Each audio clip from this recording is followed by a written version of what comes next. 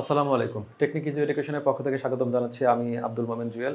আজকে আমরা 9.2 এর কাজের কিছু অঙ্ক নিয়ে আলোচনা করব। কাজের লেখচিত্র সংশ্লিষ্ট কিছু ম্যাথ নিয়ে আলোচনা করব। তো ম্যাথগুলো প্রথমে দেখে নেই আমরা। এখানে আছে এটা হলো 213 পেজের ম্যাথগুলা। 2 to the 2 y equal 2 to the power minus x, এখানে y equal 4 to the power x, এখানে p equal 2 to the power x by 2, এখানে y equal 3/2 whole to the power x, এরকম কিছু ম্যাথ আছে। লেখচিত্র মানেই হলো আমরা যে লেখচিত্রগুলো করি সেগুলা মানে গ্রাফ পেপার যেটা বলি, দুই অক্ষ এক্স এবং ওয়াই অক্ষ বরাবর আমরা ক্যালকুলেশন করি, যেখানে এক্স অক্ষ বরাবর ডোমেন বা এক্স এর মানটা বসাই আর ওয়াই অক্ষ বরাবর আমরা রেঞ্জের মানগুলো বসাই ওয়াই। যদি এখানে আমাদের ম্যাথে একটা ওয়াই এর পরিবর্তে পি দেওয়া আছে, তো এক্স এর একটা ভ্যালু থাকবে যেটা আমাদের হরিজন্টালি, আর একটা আমাদের ভার্টিক্যাল থাকবে, এই দুইটা ভ্যালু। আর এই ক্যালকুলেশনগুলো মূলত গ্রাফেরও কিছু ব্যাপার আছে, এর সাথে ব্যাপার আছে হলো ক্যালকুলেটরে জাস্ট এখানে ভ্যালুটা বসাই দিতে হবে।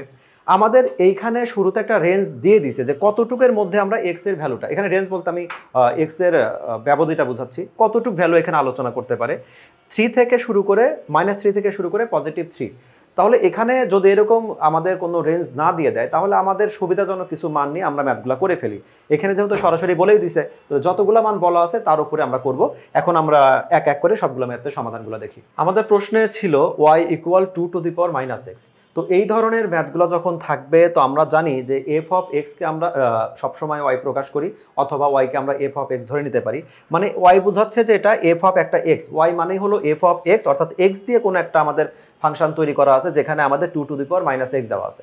তো এই টাইপের ম্যাথে আমরা অন্য চ্যাপ্টারে যে ম্যাথগুলো করছি, নর্মালি আমাদের এক্স এর ভ্যালুগুলো বসাবো এই সমীকরণটাতে। এই ধরনের যদি কোনো সময় ম্যাথ থাকে, আমরা ম্যাথগুলো সবসময় যদি ম্যাথটা এরকম থাকে যে আমাদের 2x plus Y minus 3 equal 0, তো যদি এক্স অথবা ওয়াই যে কোনো একটা ভ্যালু বের করেই আমরা এখানে চার্টটা তৈরি করতে পারি, কিন্তু আমরা সবসময় কি করব, আমরা এখানে ওয়াই এর ভ্যালুটা বের করব। ওয়াই সমান তাহলে এখানে আসছে 3 মাইনাস 2x, এরকম কিছু একটা আসলো। সবসময় আমরা চেষ্টা করব যে ওয়াই এক্সকে স্বাধীন রাখা। এটার মিনিং বোঝাচ্ছে যে এক্স এর ভ্যালু কি হবে অথবা কি আমরা ইনপুট দিব তার উপরে আমাদের ওয়াই এর ভ্যালুটা ডিপেন্ড করে। তো এখানে দেখতে পাচ্ছি যে আমাদের আসলে এই কাজের যে ম্যাথগুলো দেওয়া আছে, সবগুলো ম্যাথেই এখানে ওয়াই ইকুয়াল সামথিং দেওয়া আছে। তাহলে আমাদের ওই একটা লাইন এক্সট্রা যেটা করতে হবে, ওয়াই ইকুয়াল বের করে নেওয়া দরকার নেই, এখানে সবগুলো বের করাই আছে। তো একইভাবে আমরা ধরে নিলাম যে যাকে আমরা এফ অফ এক্স বলি তাকেই আমরা ওয়াই বলি, সেটা দেওয়া আছে হলো 2 to the power minus x, যেখানে আমরা উল্লেখ করে দিলাম যে আমাদের প্রশ্নে উল্লেখ করা আছে যে আমাদের এই ওয়াই এর ভ্যালুটা কত হবে, 3ও হবে, +3 হবে, -3 হবে, এর ভিতরে যে আমাদের ইগুলো আছে, ভ্যালুগুলো আছে, সেগুলো হবে। তা আমরা শুধু পূর্ণ সংখ্যাগুলো এখানে নিয়েছি, যে এক্স এর ভ্যালুটা আমাদের এই 3 থেকে শুরু করে -3 থেকে শুরু করে +3 সবগুলো নিয়েছি। এরপরে এই ক্যালকুলেশনগুলো জাস্ট আমাদের ক্যালকুলেটরে বসায় দেওয়া।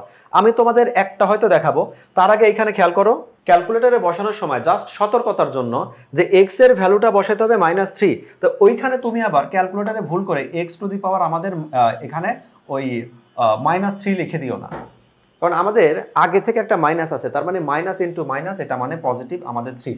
অথবা ক্যালকুলেটরে তুমি যদি ইনপুট দাও তাহলে 2 টু দি পাওয়ার মাইনাসটা দেওয়ার পরে এরপরে মাইনাস ইনপুট করো। তো এত সিম্পল ক্যালকুলেশন আমরা ওরকম কিছু করব না। আমাদের সবার কাছে বিভিন্ন ধরনেরই আমাদের ক্যালকুলেটর থাকে।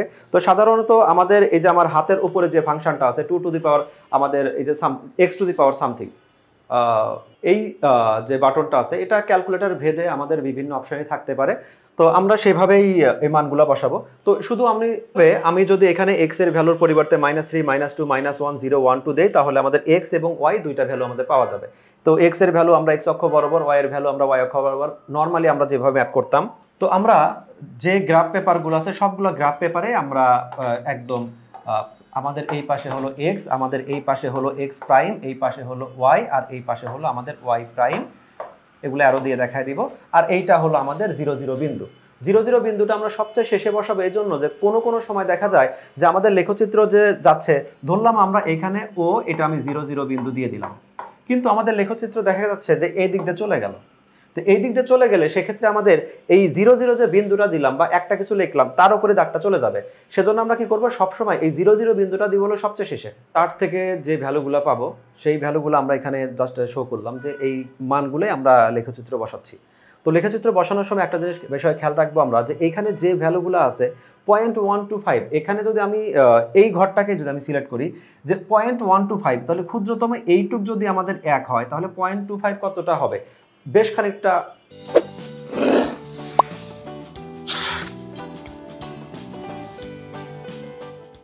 যখন ভগ্নাংশ আকারে থাকবে, এটা তো আমাদের দশমিক ভগ্নাংশ, তখন আমরা চেষ্টা করব এই এক্স এর যে ভ্যালুগুলো আছে সেটা নিয়ে আমাদের কোনো প্রবলেম না, এগুলো সব পূর্ণ সংখ্যাই আছে, -3 -2 1 0 1 2 3 এগুলো আছে, এটা আমাদের ইন্টিজার নাম্বার, পূর্ণ সংখ্যা, ধনাত্মক হোক বা ঋণাত্মক হোক। কিন্তু ওয়াই এর যে ভ্যালুটা আছে 8 4 2 1 পর্যন্ত ঠিক আছে, এখানে 0.5 আছে, 0.25 আছে, 0.125 আছে, এই ভ্যালুগুলো বসানো অপেক্ষাকৃত কঠিন, ঝামেলা হয়। তো সেজন্য আমরা চেষ্টা করব যে এমন কিছু ধরার জন্য যাতে করে যে এই যতগুলো ফ্র্যাকশন আছে এইগুলো যেন একটা আমাদের ইন্টিজার নাম্বারের মধ্যে থাকে, পূর্ণ সংখ্যার মধ্যে থাকে। তো আমাদের যদি এইখানে এই 0.125 0.25 এই সব ভ্যালুগুলোকে যদি 5 দিয়ে আমি মাল্টিপ্লাই করি, তো প্রত্যেকটা সংখ্যা আমাদের পূর্ণ সংখ্যায় চলে আসে। তো যেমন এই 0.5কে আমি 5 দ্বারা গুণ করলে আমাদের একটা 2.5 একটা ভ্যালু আসতেছে, সেক্ষেত্রেও একটা 2 থাকলে একটা হাফ পর্যন্ত আমাদের যাওয়া ইজি হয়। চেষ্টা করব তাহলে আমরা এই মানগুলো এমনভাবে বসানোর জন্য যাতে করে আমাদের এই যে এখানের মানগুলো আছে, এই যে এক্স অক্ষ বরাবর আমি এক্স এর মানগুলোকে চেঞ্জ করব না ওয়াই এর মানগুলোকে চেঞ্জ করব। তো দেখতে পাচ্ছি যে আমাদের এখানে এক্স অক্ষ বরাবর আমাদের ক্ষুদ্রতম 5 বর্গঘর সমান 1 অক্ষর ধরলাম, ওয়াই অক্ষ বরাবরও ক্ষুদ্রতম 5 বর্গঘর সমান 1 আমরা একক ধরলাম। এখানে যদি আমি এক্স অক্ষকে না চেঞ্জ করতাম তাতেও কোনো প্রবলেম ছিল না, বাট একটা সামঞ্জস্য রাখার জন্য আমি চেঞ্জটা করলাম। এই চেঞ্জটা করবে তুমি তোমার একেবারে নিজের সুবিধা মতো।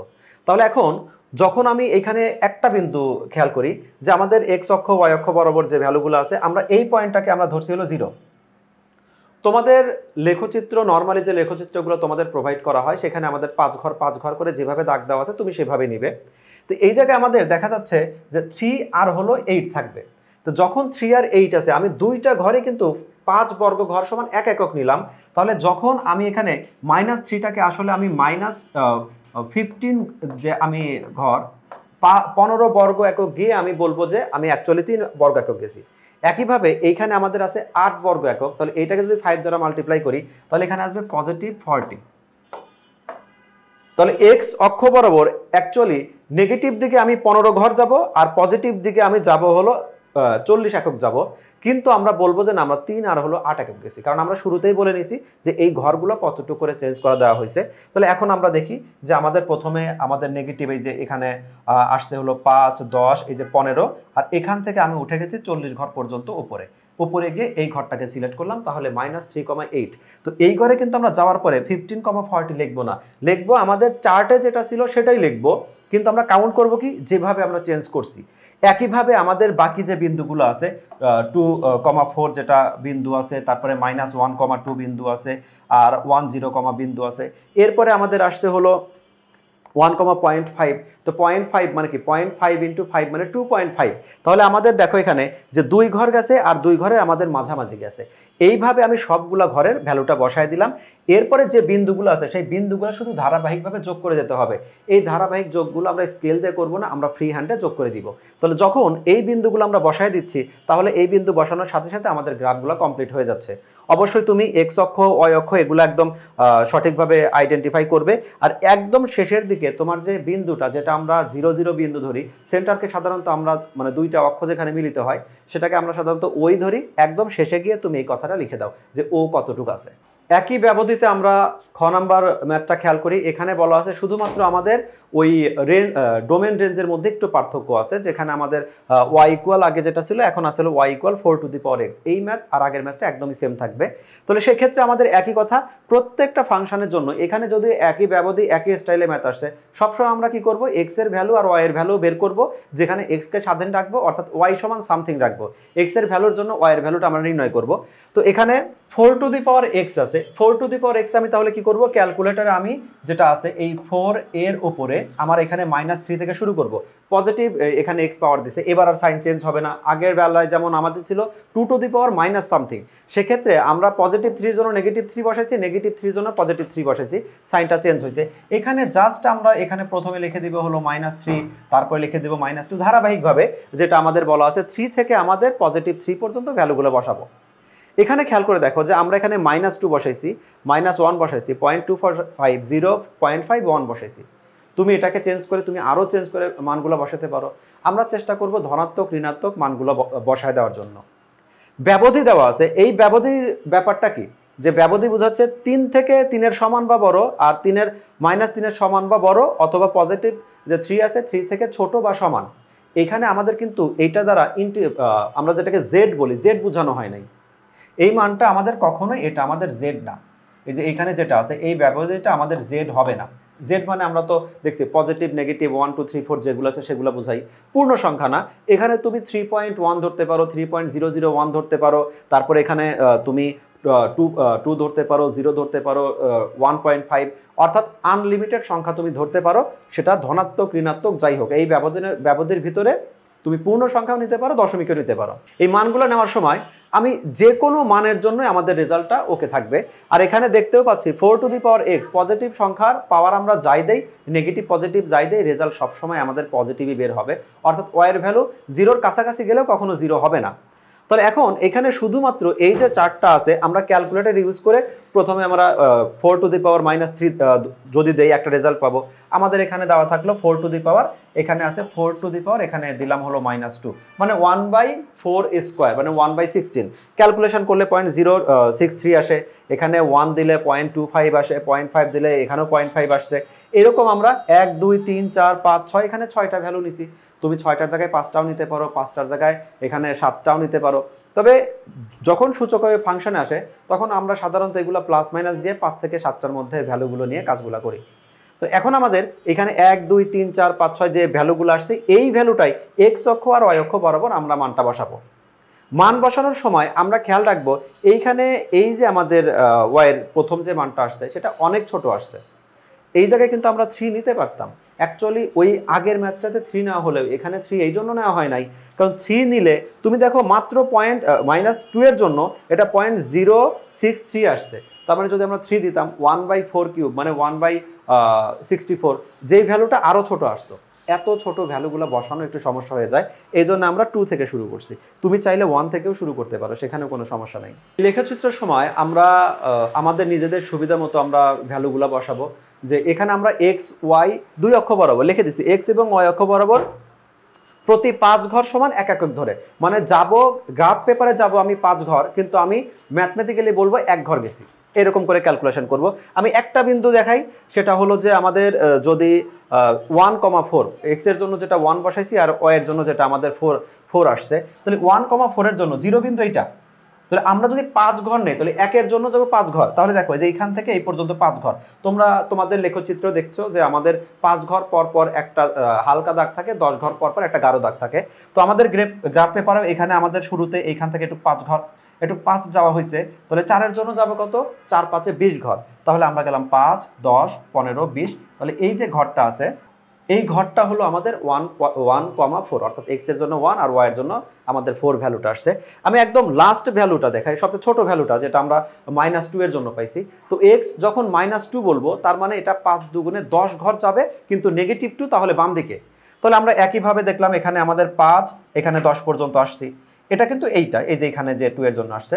আমি যদিও 5 ঘর এখানে আমরা এই কত ঘর গেছি সেখানে এইটাকে আমরা -1 ধরছি, অর্থাৎ এক্স এর দিকে -5 গিয়ে আমরা -1 ধরছি, এটা আমরা লিখে দিছি। তুমি যদি এখানে লিখে দাও তাতেও কোনো সমস্যা নাই, যখন তুমি এইখানে লিখে দিছো তাতেও কোনো সমস্যা নাই। এখানেও তুমি লিখলে না, আবার এইখানে 1 2 3 বা এই দিক বরাবর এই যে আমরা যেমন 1 2 3 4 5 মার্ক করছি, তুমি সেটাও করো নাই, তাতেও সমস্যা নাই। যদি তুমি ডেসক্রিপশনে লিখে দাও প্রতি 5 বর্গ ঘর সমান 1 একক ধরে, প্রতি 2 বর্গ ঘর সমান 4 একক ধরে, তোমার সুবিধা মতো সেটা লিখে দিলেও কোনো সমস্যা হবে না। তাহলে এখন আমরা দেখি এই যে ভ্যালুটা আছে, তুমি প্রথমে 2 কে তো আমরা দেখলাম 2 এটাকে মাল্টিপ্লাই করলে 10 আসে, যেটা আমরা 2 ডিনোট করেই দিয়ে দিছি। আর 0.063 কে মাল্টিপ্লাই করলে আসে, এই ভ্যালুটাকে মাল্টিপ্লাই করলে আমাদের আসে 0.315, অনেক ছোট একটা ভ্যালু, মানে 0.5ও না, হাফও না। তাহলে আমরা যেটা করব যে এইখানে আমাদের এই যে একটা যে ঘর থাকে, প্রতি 1 ঘর যেটা থাকবে, মানে আমার এই যে এই ছোট্ট যে এখানে একটা ঘর আছে, শুধু এই একটা ঘরের আনুমানিক এইটুক হলো আমাদের মাঝ বরাবর গেছে। তো মাঝেরও নিচে একটা মোটামুটি একটা মানটা বসাই দিব, একদম অ্যাকুরেট হবে না, আমরা মোটামুটি একটা মান বসাই দিব। যখন 0.3 0.2 এরকম কিছু আসছে, মানে সেটা বোঝাচ্ছে তাহলে একের নিচে, সরি হাফের নিচে এরকম একটা ভ্যালু বসাই দিব।